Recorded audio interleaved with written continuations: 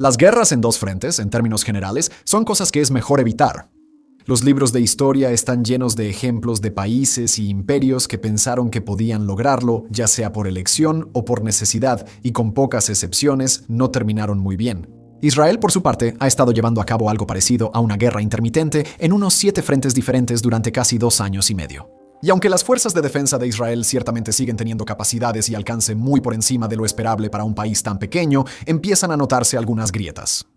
Curiosamente, sin embargo, los problemas que amenazan con fracturar todo por completo no solo vienen del otro lado de la frontera. La tensión de la política interna dividida de Israel también empieza a notarse. A punto de estallar. En los últimos 2 años y medio ha sido complicado mantenerse al tanto de todas las diferentes operaciones en las que Israel ha estado involucrado. Por supuesto, los titulares se han centrado en la guerra masiva en Gaza, donde más de 100.000 soldados han pasado por ahí en distintos momentos, e Israel todavía ocupa aproximadamente la mitad del enclave. Pero además de eso, también ha estado el frente en Líbano, la guerra con Irán, operaciones continuas en Cisjordania y ataques periódicos en Siria y Yemen. Y también se establecieron en Irak. A lo largo de todo esto, Israel parece haber sido capaz de enfrentar estos múltiples frentes, a veces uno tras otro, a veces varios al mismo tiempo, sin ceder. Sin embargo, últimamente parece que este pequeño país podría estar llegando a su límite. Israel, después de todo, tiene solo unos 10 millones de habitantes. Para que te des una idea, eso es menos que la población del Gran Londres. Incluso para los estándares israelíes, estos últimos años han sido sin precedentes. Unos 360.000 reservistas fueron llamados en las primeras semanas después del 7 de octubre, lo que equivale a la mayor movilización desde la guerra de Yom Kippur en 1973. Desde entonces, el ejército de reserva realmente nunca se ha desmovilizado, al menos no de manera sostenida. Unos 17.000 de los reservistas originalmente llamados han permanecido en servicio activo desde entonces y decenas de miles más han sido enviados a casa solo para ser llamados de regreso hasta 7 veces. Las fuerzas de defensa de Israel, para decirlo simplemente, no fueron diseñadas para pelear de esta manera. Toda la lógica operativa que data de la década de 1950 era que el país era demasiado pequeño para sostener una guerra a largo plazo, así que tendría que pelear guerras cortas con una fuerza abrumadora, ayudado en parte por un ejército de ciudadanos de todo el país. Jerusalén usó ese modelo para la mayoría de los conflictos desde entonces y en gran medida funcionó. Hubo ocasiones en que hubo periodos más largos, como su ocupación del Líbano, pero incluso entonces fue una invasión masiva que rápidamente se redujo a una ocupación de solo unos pocos miles. Lo notable de la era actual no es solo que las guerras están durando más de lo esperado, sino que estas guerras más largas se suman a una verdadera escasez de personal.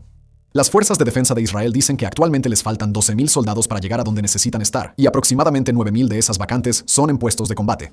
Y la forma en que el ejército ha estado tapando ese hueco, exigiendo cada vez más a la fuerza de reserva, se está convirtiendo en un problema en sí mismo.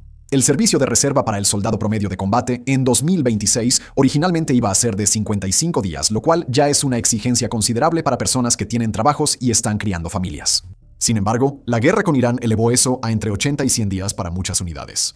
A esos niveles, Israel está pidiendo efectivamente a sus reservistas que pasen un cuarto de cada año en uniforme sin un final a la vista. Ahora, hasta cierto punto, esto es entendido por los israelíes como una posibilidad cuando ingresan a la reserva. El país no es precisamente ajeno a ser atacado, y como cierto presidente ruso podrá informarte, los planes para dar un golpe rápido y abrumador para derrotar a tu enemigo no siempre salen como se planea. ¿Verdad? Tras el ataque del 7 de octubre, se informó que los reservistas se presentaron al 130% de la dotación prevista, personas que ni siquiera habían sido llamadas se apresuraron a unirse, y algunas unidades incluso rechazaron voluntarios porque no tenían suficientes armas para repartir. Desde el principio estaba bastante claro que Gaza no iba a ser una batalla rápida. Sin embargo, para septiembre del año pasado, la asistencia a los llamados operativos había caído al 60 o 70% y los comandantes de reserva recurrieron a reclutar a través de grupos de WhatsApp porque los canales normales ya no llenaban las filas. La frustración incluso ha dado lugar a su propio vehículo político, un nuevo partido llamado Los Reservistas, liderado por el exministro y comandante de batallón de reserva Joas Hendorn, que se postula con una plataforma construida completamente en torno a la reforma del servicio militar obligatorio y el bienestar de los reservistas. Sin embargo, los problemas de personal son solo una parte del problema. La cuestión del material bélico probablemente sea aún más preocupante para Jerusalén. Durante toda la Operación León Rugiente, la campaña israelí contra Irán a principios de este año, un grupo de expertos en defensa británico estimó que Israel podría agotar completamente su inventario de interceptores Arrow si Teherán seguía disparando al ritmo que lo hacía. Funcionarios estadounidenses también le dijeron a Semaphore que Israel les había informado que tenía un nivel críticamente bajo de interceptores de misiles balísticos. Ahora no están exactamente solos en esto. La escasez de interceptores se ha convertido en una preocupación constante en todo el mundo en los últimos meses y se informa que Estados Unidos también tiene niveles peligrosamente bajos. Un informe estimó que Washington gastó el 25% de todo su inventario de THAAD defendiendo el espacio aéreo de Israel durante la guerra de 12 días en junio de 2025, pero Estados Unidos tiene una base industrial mucho más robusta en la que puede apoyarse para fabricar más de estos a un ritmo que Israel tendría serias dificultades para igualar. El equipo eventualmente se puede reconstruir y reabastecer, pero el problema de la mano de obra, esa es otra historia completamente diferente. El jefe del Estado Mayor de las Fuerzas de Defensa de Israel, Eyal Semir, advirtió recientemente al Gabinete de Seguridad que el ejército va a colapsar si no se aborda la escasez, y la razón por la que no se ha abordado está destrozando al gobierno actual. Ahora, antes de entrar en las divisiones internas que están causando rupturas en la vida política de Israel, tomémonos un respiro rápido para hablarles de Fronts.co. Mira, si eres un espectador habitual de este canal, ya sabrás lo que voy a decir a continuación. Fronts es nuestro nuevo sitio para suscriptores donde publicamos 2 videos exclusivos y 3 artículos escritos por expertos cada semana. Pero incluso los espectadores habituales puede que no sepan que el sitio recientemente se ha renovado un poco. No solo ahora se ve mucho más elegante, sino que también nos hemos estado enfocando en conseguir un grupo más grande de expertos serios que escriban para nosotros. Así que ahora tenemos artículos en el sitio. Por comandantes de drones que han servido en las líneas del frente en Ucrania, por investigadores de Ostent que rastrean obsesivamente la evolución de la blindaje antidrones en los tanques, y por expertos que han dedicado, quizás demasiado de sus vidas, a documentar y entender la creciente amenaza yihadista contra Estados Unidos y Europa. Básicamente, Fronts se está convirtiendo en un lugar donde el análisis que conoces y te gusta de este canal principal ahora se encuentra junto a artículos y videos extremadamente detallados de algunas de las personas más conocedoras del planeta. Y si eso te suena bien, acceder cuesta solo $5 al mes, e incluso ya hay algo de contenido gratuito disponible si quieres probar antes de comprar. Eso es frontstock.co. Es mejor que nunca. Y ahora volvamos a las divisiones internas que atormentan a Israel. ¿Quién combate? Parte de la capacidad de Israel para superar con creces sus límites históricamente se ha debido al servicio militar obligatorio. Básicamente, cuando naces en Israel, se da por hecho que vas a cumplir con tu servicio en las Fuerzas de Defensa de Israel después de graduarte de la preparatoria. Para quienes van a la universidad, primero sirves y después estudias. Sin embargo, ha habido una excepción a esto desde los primeros días del país. Israel fue fundado casi exclusivamente por judíos laicos que, sin embargo, estaban profundamente comprometidos con preservar la tradición religiosa que, tras el Holocausto, era solo una sombra de lo que fue.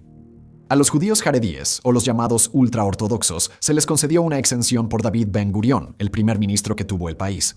Los hombres que estaban profundamente inmersos en el estudio religioso en yeshivás de todo el país y que no querían interrumpir sus estudios para servir, estarían exentos. En ese momento, esto cubría a todos los aproximadamente 400 estudiantes, no era algo que fuera a cambiar las reglas del juego para el país en términos militares, así que no fue particularmente controversial. La cuestión es que las tendencias poblacionales pueden fluctuar, y cuando se trata de los jaredíes, esos 400 eran solo el comienzo. La migración desde Europa empezó a aumentar su número, pero también tienen muchos hijos, y no estamos hablando de 1 o 2, ni siquiera de 4 o 5. Actualmente tienen un promedio de 6,5 hijos por mujer, una cifra impresionante por sí sola, hasta que te das cuenta de que en realidad ha bajado desde los picos de casi 8 alrededor del cambio de milenio. Y recuerda, ese es el promedio. Avancemos rápido hasta 2026 y esos estudiantes exentos del servicio militar han crecido hasta representar aproximadamente el 14% de la población total de Israel.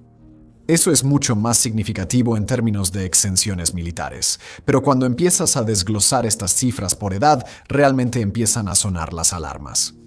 Casi el 60% de todos los judíos jaredíes tienen menos de 20 años y actualmente representan una cuarta parte de todos los niños judíos en el país menores de 4 años. Esto se ha estado gestando desde hace mucho tiempo, y los sucesivos gobiernos israelíes en gran medida han hecho lo que cualquier estado responsable haría. Le dieron largas al asunto. Ahora ha habido intentos de averiguar qué hacer con esta situación, la mayoría de los cuales implicaban tratar de aprobar leyes que combinaran el aumento voluntario de la integración jaredí en las fuerzas de defensa de Israel con la codificación de exenciones. Sin embargo, nunca llegaron a nada realmente, y el tema se ha vuelto cada vez más tóxico. Las cosas realmente llegaron a un punto crítico en 2024 cuando la Corte Suprema de Israel finalmente intervino y dictaminó por unanimidad que no había base legal para los jaredíes. Exenciones, ordenó al Ministerio de Defensa comenzar con el servicio militar obligatorio y autorizó acusar de evasión del servicio a quienes no respondieran a los llamados. La decisión cayó sobre un gobierno que no podía estar en peor posición para manejarla. Israel había pasado por una serie sin precedentes de 5 elecciones separadas en 4 años, entre 2019 y 2022, y volver a las urnas para una sexta elección simplemente estaba fuera de cuestión. Netanyahu formó a regañadientes una coalición con unos 6 partidos diferentes, incluyendo los 2 partidos jaredíes, Judaísmo Unido de la Torá y Shas. Incluso con todos juntos, apenas tenía una mayoría, lo que significaba que no había margen de maniobra.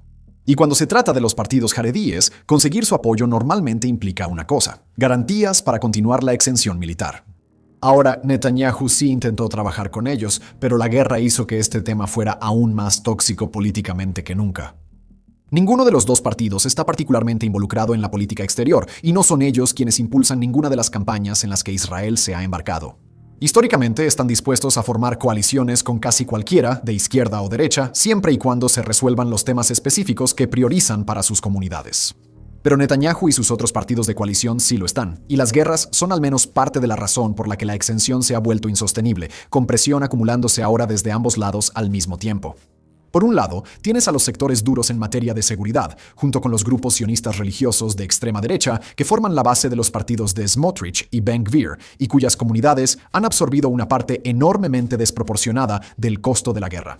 A pesar de representar quizá entre el 10 y el 12% de la población de Israel, han representado aproximadamente el 45% de todas las muertes en combate durante toda la guerra, con algunos periodos alcanzando más del 60% en el punto más alto de la violencia. Esto suele estar impulsado por un intenso sentimiento nacionalista que los lleva a estar sobrerepresentados en los registros para el frente de batalla. Puedes imaginarte cómo se sienten estas comunidades respecto a las demandas de los jaredíes de una exención para no pelear, empeorado por el hecho de que los mismos diputados que eligieron para representarlos son quienes están haciendo los acuerdos para que eso suceda. Por otro lado, la religión puede ser bastante terca, y los propios partidos jaredíes se han negado categóricamente a ceder en sus demandas de exención. A medida que pasaba el tiempo y se hacía cada vez más claro que Netanyahu estaba retrasando cualquier legislación formal para codificar la exención, Judaísmo Unido de la Torá abandonó la coalición por completo el verano pasado. Netanyahu siguió adelante con un empate de 60 hasta este mes, cuando Shas hizo lo mismo y impulsó la disolución de la Knesset. Las elecciones serán más adelante este año, y aunque es demasiado pronto para predecir los resultados, los jaredíes son solo la mitad del problema. Mientras los partidos jaredíes han estado disfrutando de su inusualmente destacado tiempo bajo los reflectores últimamente, ha habido otra facción de la coalición de Netanyahu que ha estado causando crisis internacionales desde que asumió el cargo.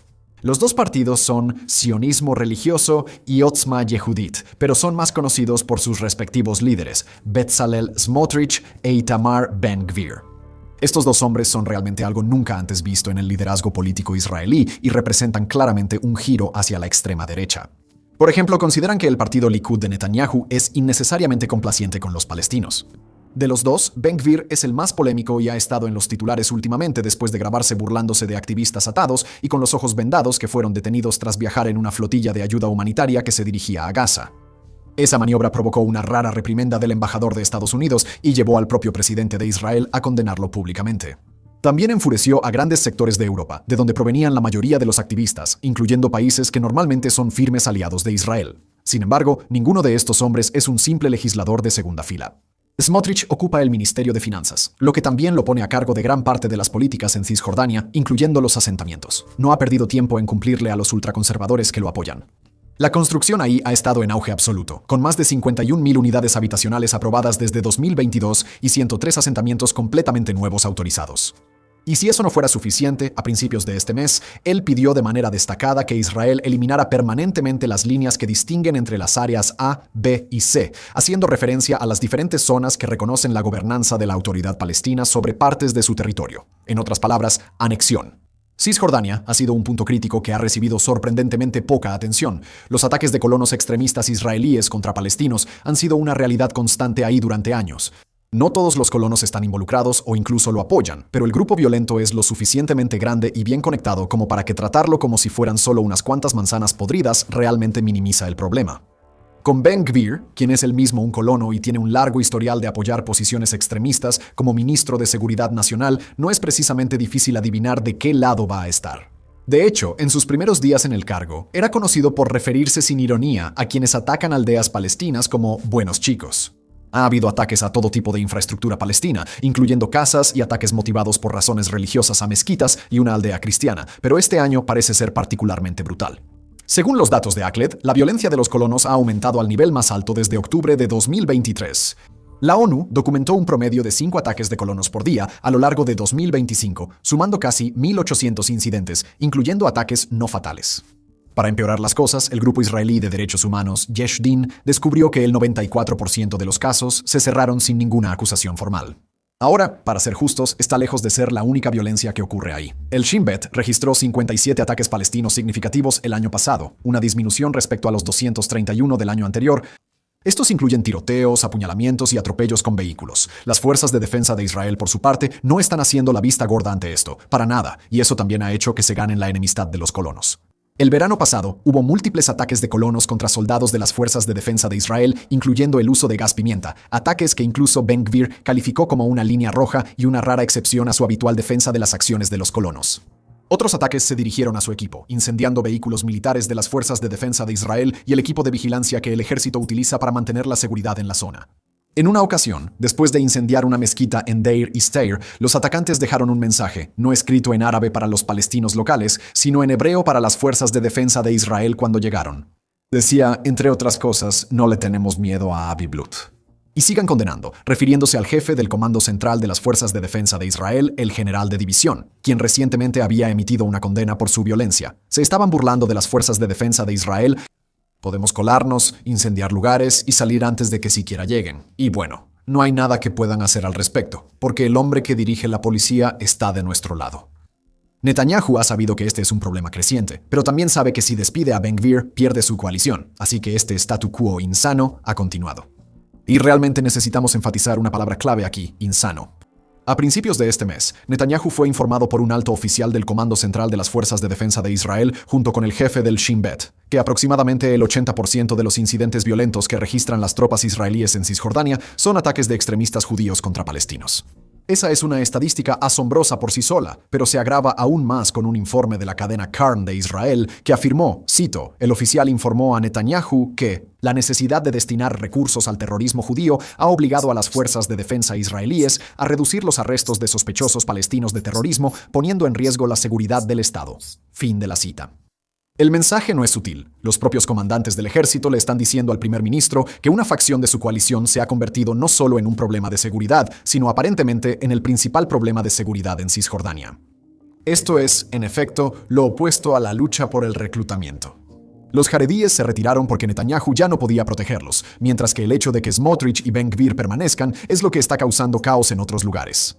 Ningún arreglo era sostenible, y todo indica que las diferencias que pudieron disimular ahora son simplemente demasiado grandes. Israel pronto tendrá nuevas elecciones por primera vez desde el 7 de octubre, y aunque históricamente es una apuesta terrible a apostar contra la supervivencia política de Netanyahu, está bastante claro que, sea cual sea la composición del próximo gobierno israelí, va a ser muy diferente. Sin embargo, lo que eso realmente significa para las personas que viven en Israel, Palestina y la región en general sigue siendo muy incierto. Gracias por vernos.